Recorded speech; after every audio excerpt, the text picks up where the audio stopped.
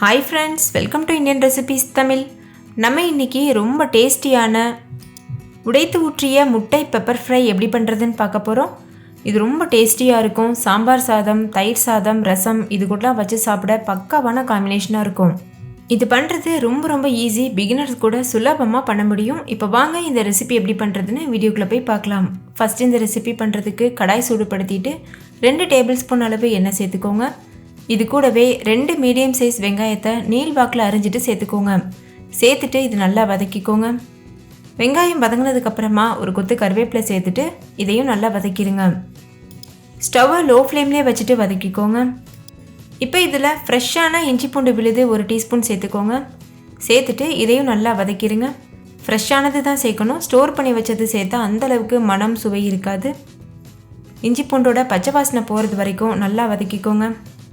இதோட பச்சை வாசனை போனதுக்கப்புறமா ஒரு பெரிய சைஸ் தக்காளியை இது போல் கட் பண்ணிவிட்டு சேர்த்துக்கோங்க. ரொம்ப பொடியாக கட் பண்ண அவசியம் இல்லை, கொஞ்சம் பெரிய பீசஸாக இருந்தால் ஓகே. இப்போ இதில் கொஞ்சமாக உப்பு சேர்த்துக்கோங்க. நான் ஒரு 1/2 டீஸ்பூன் அளவு உப்பு சேர்த்துருக்கேன். சேர்த்துட்டு இதையும் நல்லா வதக்கிடுங்க. உப்பு சேர்த்து வதக்கும் போது தக்காளி சீக்கிரமாக வதங்கிடும். இப்போ தக்காளி நல்லா வதங்கிருச்சு.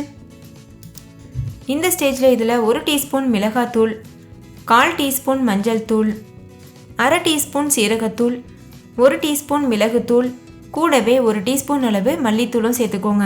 சேர்த்துட்டு இது நல்லா வதக்கிக்கோங்க. நம்ம பெப்பர் ஃப்ரை பண்ணுறதுனால கொஞ்சம் பெப்பரோட ஸ்மெல் கொஞ்சம் தூக்கலாக இருக்கணும், அதுக்காக 1 டீஸ்பூன் சேர்த்துருக்கேன். இது நல்லா வதங்கினதுக்கப்புறமா ஒரு 1/4 கப் அளவு மட்டும் தண்ணி சேர்த்துட்டு இது நல்லா மிக்ஸ் பண்ணிக்கோங்க. நல்லா இதாக கலந்ததுக்கப்புறமா ஒரு கொதி வரட்டும். ஒரு கொதி வந்ததுக்கப்புறமா நம்ம இது கூட முட்டையை சேர்க்கணும்.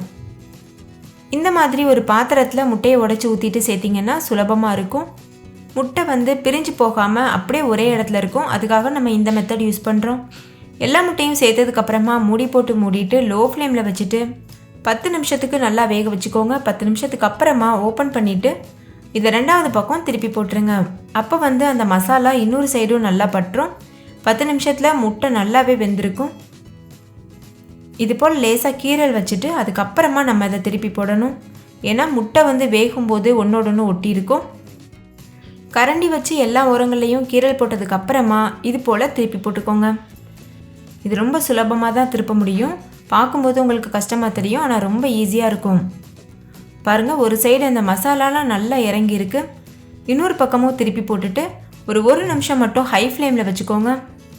ரொம்ப நேரம் வச்சிடக்கூடாது, ஏன்னா முட்டை கரிஞ்சு போகிறதுக்கு வாய்ப்பு இருக்குது. 1 நிமிஷம் ஹை ஃப்ளேமில் வச்சுட்டு ஸ்டவ் ஆஃப் பண்ணிவிட்டு நம்ம இதை சர்வ் பண்ணலாம்.